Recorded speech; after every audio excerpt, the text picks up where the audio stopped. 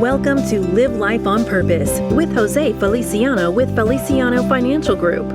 In this podcast, Jose explains that money is just a tool to achieve the things you want in life, a tool to make the decision to live life on purpose.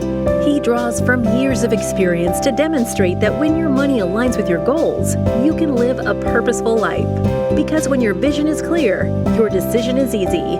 Hello and welcome to Live Life on Purpose with Jose and Jeff Feliciano. Gentlemen, how are you today?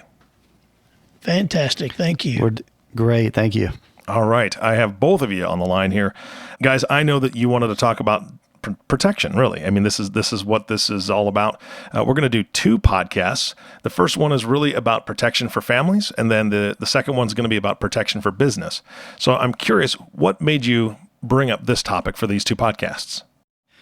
Well, you know, when people come and see us, whether it's retirement planning or a sale of a business or an inheritance, whatever the issue may be, one of the things that we typically find when we have the conversation about the big picture in life and what we want to accomplish and what we want out of life is it tends to circle around to, I just want to make sure my family's taken care of as well. When people say that, of course, that means different things to different people, but usually when you talk about those issues, it's, I want to make sure that college is taken care of, debt is taken care of, emergency reserves are taken care of, and I want to make sure that they're able to maintain a certain standard of living or a certain lifestyle that requires money or income or cash flow to continue.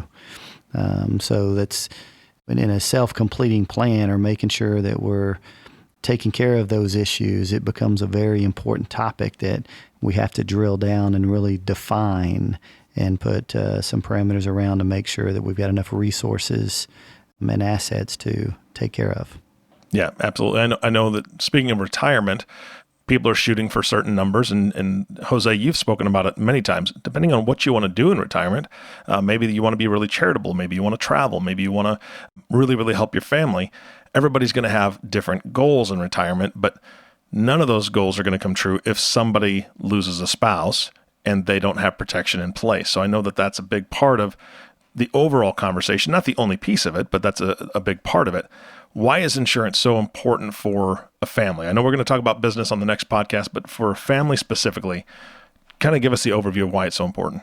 You know, I could just only share an experience that I had, and both my parents are deaf mutes, and when I was 21, I just left college, and of course I had big dreams and goals, and I had got a lot of confidence to move in my career, and at the same time, you know, I had to take care of my little brother and little sister, and was concerned about my mom and dad, and I had a lot more responsibilities than the norm.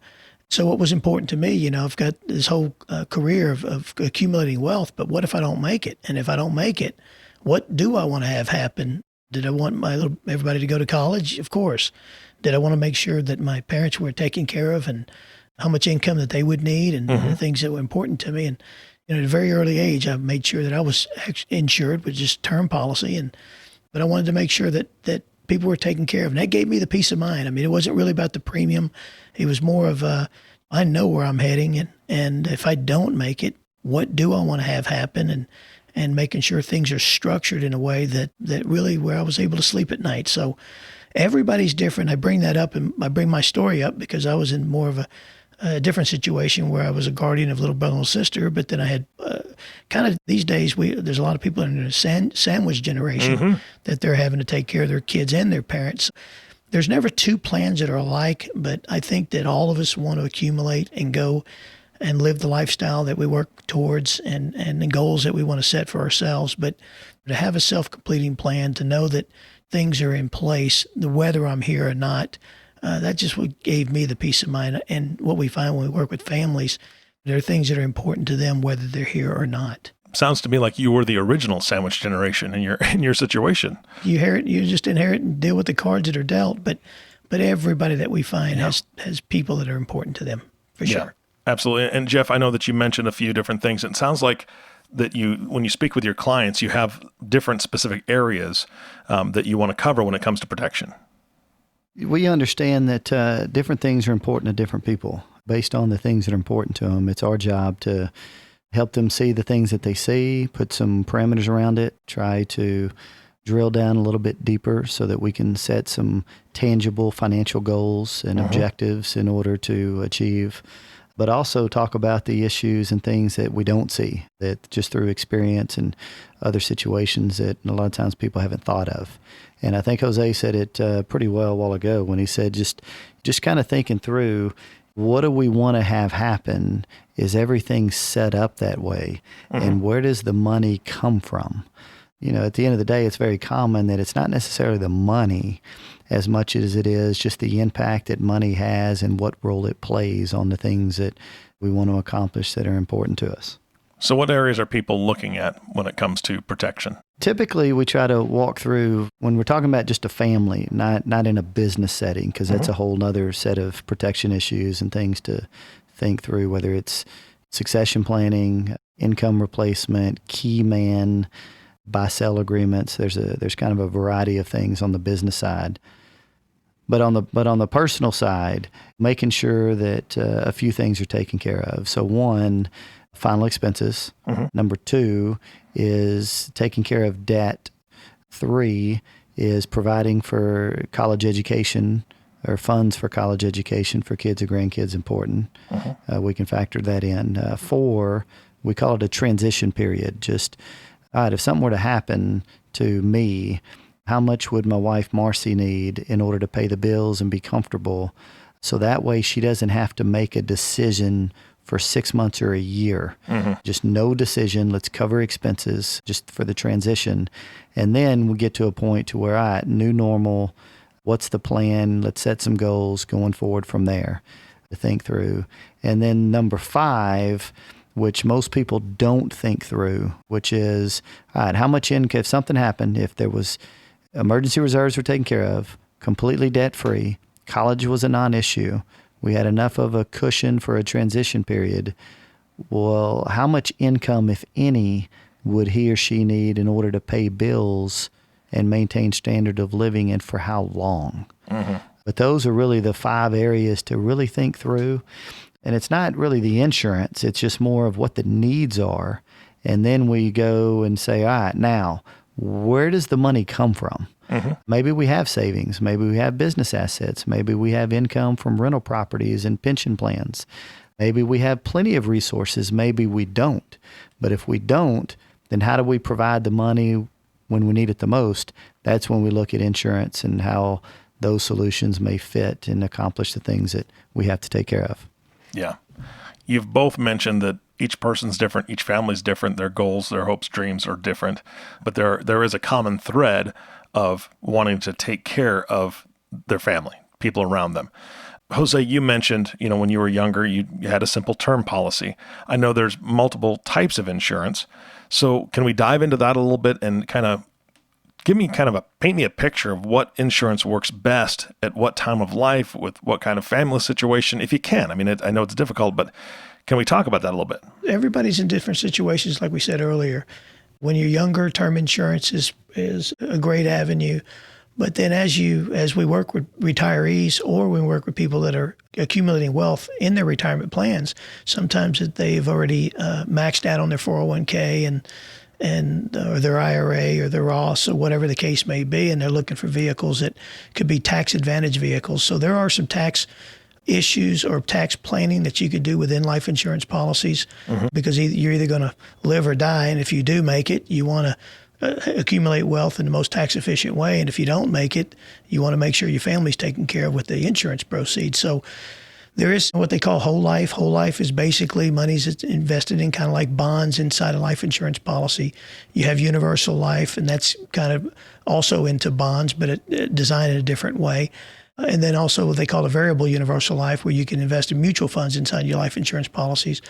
But it's all different depending on what the situation is of different families and what's the right vehicle. It just depends on what their assets are and what they're trying to accomplish. So there's never one plan that fits everybody. Of course, we run into people that's very charitable inclined, and they want to take care of their colleges or the things that are really important to them. So we kind of find out what's important in individuals and then design plans that make that a reality. Hey, let me add to that. I think one of the mistakes that most people make is sometimes they focus too much on what type of life insurance do I get, meaning whole life, universal life, index life, variable life, term. But I think the most important thing is how much do we need? What is the asset? What do we need in order to accomplish the income that's needed, the expenses that's needed first? Once that number is determined, then we look at, all right, does term make more sense? Is part of this a permanent need, or is part of this a temporary need until the kids are grown up and gone? Those, the things that just details to think through drive more of the decision making that's involved in what type of insurance fits the best. So it's very common that people may need a larger term insurance policy for a number of years, and they do some type of permanent plan for the long run. But I think that if most people can just kind of think through those questions, determine how much they need first, we can look at the various insurance structures and figure out what's best. Okay, so let's walk through somebody's typical situation.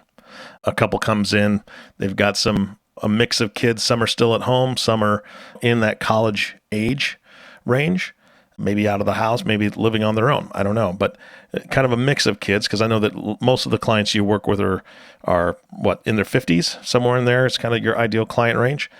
What does it look like to put a plan together? What are you covering with them? What questions are you asking? I would say what we found too with different families, you've got a lot of people that are married that have been previously married before and have kids through another marriage.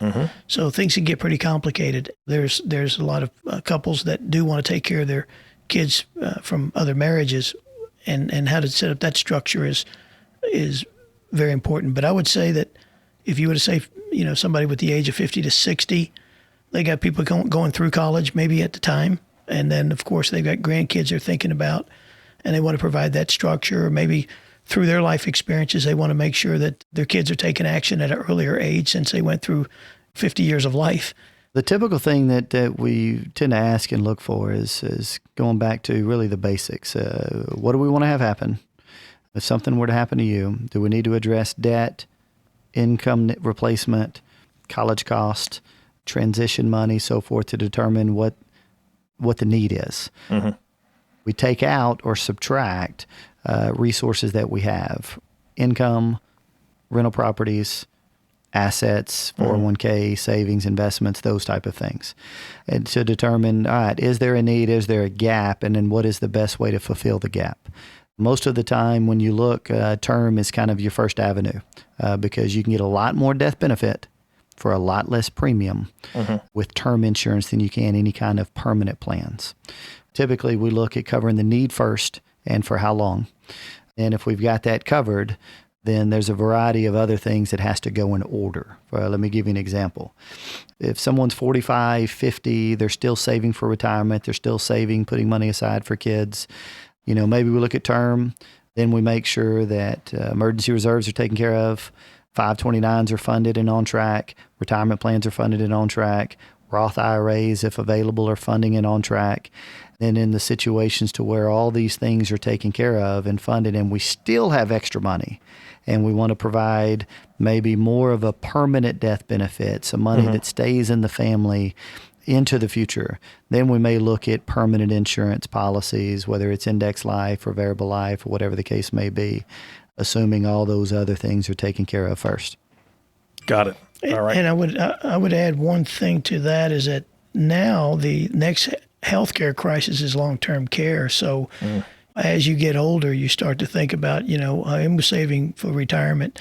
Then what happens if we need some type of nursing home health care, adult living facility, or home health care? How am I going to pay for it? And now these new life insurance policies now, because insurance costs have really gone down because we're living longer. But now because we're living longer, long-term care becomes more of an issue. So now these life insurance policies pay for long-term care benefits. So that's just an area that we need to consider and look at in addition to the big picture. Yeah, absolutely. I mean, that's something that a lot of people are facing. And I don't know what the average length of life is anymore, but I know that I've heard some staggering numbers from assisted living and long-term care facilities, just unbelievable numbers. And I don't want anybody to have to go through that to where it's going to break their bank and they're not going to be able to give to their grandkids or great-grandkids, as it were. And I would add one thing there is that people, it's not really about the long-term care. It's people just want to maintain their independence. They just don't want to be a burden to anybody, and they just want to have that sense of freedom and choices. I think that's really what it boils down to, is having all the choices that you want to have so you can decide what's best for you and your family. Yeah, absolutely. All right, let me ask you this. I've had a little bit of experience with this, unfortunately. I've seen some families that young people got too much money way too early, and it can be pretty detrimental. So when you're speaking with families that have wealth that they want to pass on, how do you help them protect that next generation, the second or third generation, when it comes to money? Maybe my grandkids are in their late teen years or even early 20s. I know I didn't make the best decisions with money back then, and I certainly wouldn't want to all of a sudden just pass away and have my grandchild get a check for $500,000 and then say, hey, have fun. How do you protect them? That's a great question, and it's a big concern. If you look at this younger generation, we tend to not sacrifice the decisions we make today and what impact do they have on us 10, 15, 20 years from now. This generation doesn't think that way. Everything's now. You can have any songs playing in 30 seconds, any movies playing in a minute or two. So thinking through, if something does happen to me, do I really want to give my child or grandchild $500,000, like you said, or do I prefer to maybe put some structure to it? How do I spread it out over 5, 10, 15, 20 years for them? How do I protect it to make sure that if they got a divorce, that it stays in the bloodline? How do I make sure that if something happens to my son or daughter, that it doesn't go to the spouse, that it goes to the grandkids and stays in the bloodline? So a lot of times it's what's the need? How do we address it? And then, all right, how do I put a few steps of structure to it to spread it out? Any insurance policies, just like annuities, they do predetermined death benefit elections where you can kind of spread it out over time. But most of the time, what we prefer is just add an extra paragraph inside the will or trust, just to make sure that, all right, if these proceeds are to go to kids or grandkids, just extra language in there that maybe those assets are left in trust instead of outright, with provisions in there that they can use the money for health, education, maintenance, and support, which is pretty broad, but they can't receive any corpus or principal until they're 21, 25, 30, 35, 40, depending on what the size of the estate looks like. So we see that quite often, and it's a very important discussion, whether it's kids or grandkids, especially with any sizable wealth.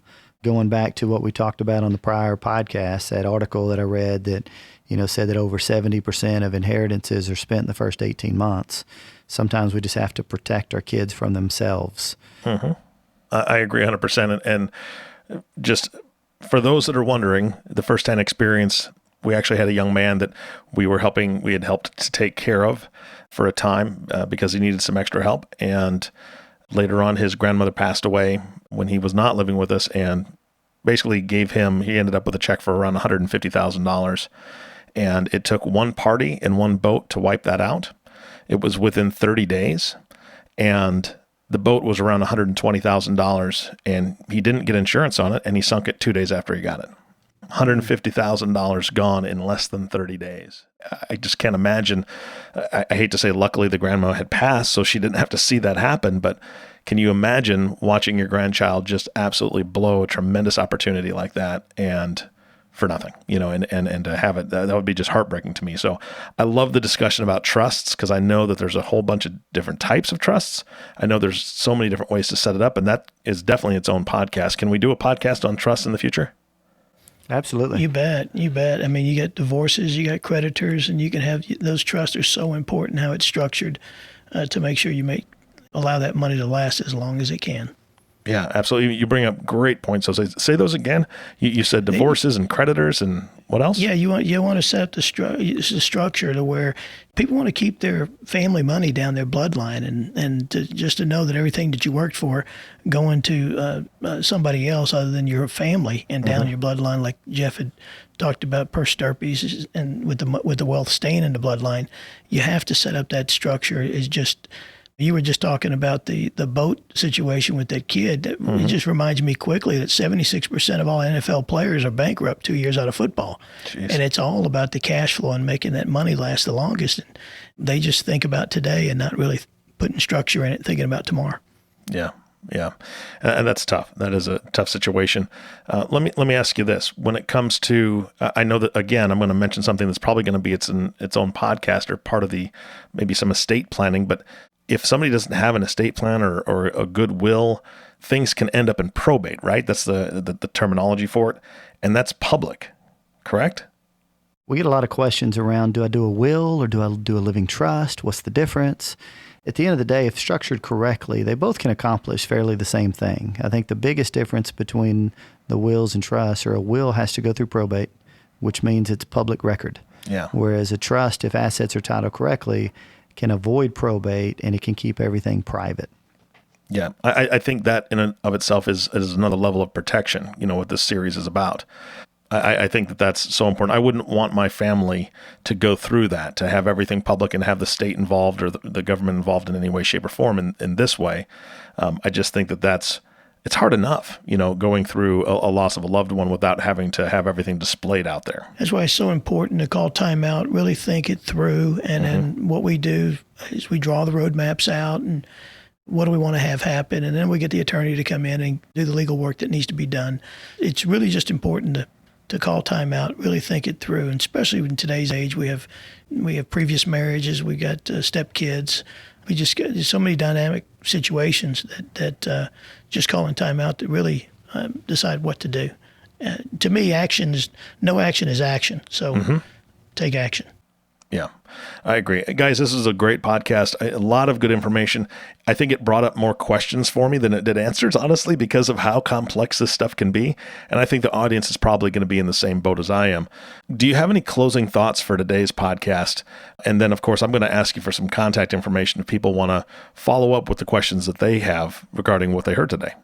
If I can just encourage people to call time out. Planning is one of those things that life is just busy raising kids, working in your careers. I mean, there's all kinds of activities in life that just, we feel like we never have time to address the things that are most important, and things won't ever happen. But at the end of the day, I can just encourage people to call time out, meet with someone, think through the things that are important to you, what you want to accomplish, take a good, hard look at where you are today and make sure you've got a game plan to bridge the gap between the two and address these things that critically important that could last generational. If you can just do it right and think it through and create a plan for it. And I would add that I had a friend of mine ask me, why do I need you guys if I could just Google it? And really the answer to his question was in his question. The real issue is knowing the questions to ask. And I think that sometimes it could seem simple, but there's just so many other ideas or things that you can do or structure that you can set that you may not be aware of. And I think that visiting with somebody that has the expertise and the experience to really add value to your life. Absolutely. Guys, again, thank you so much for your time today. Thank you. Enjoyed it. Hey, thank you. It's a pleasure. You bet. And of course, last thank you goes to you, the listening audience. Thank you for tuning in and listening to the Live Life on Purpose podcast with Jose and Jeff Feliciano.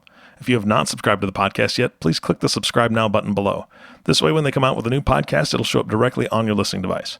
This makes it much easier to share these podcasts with your friends and family.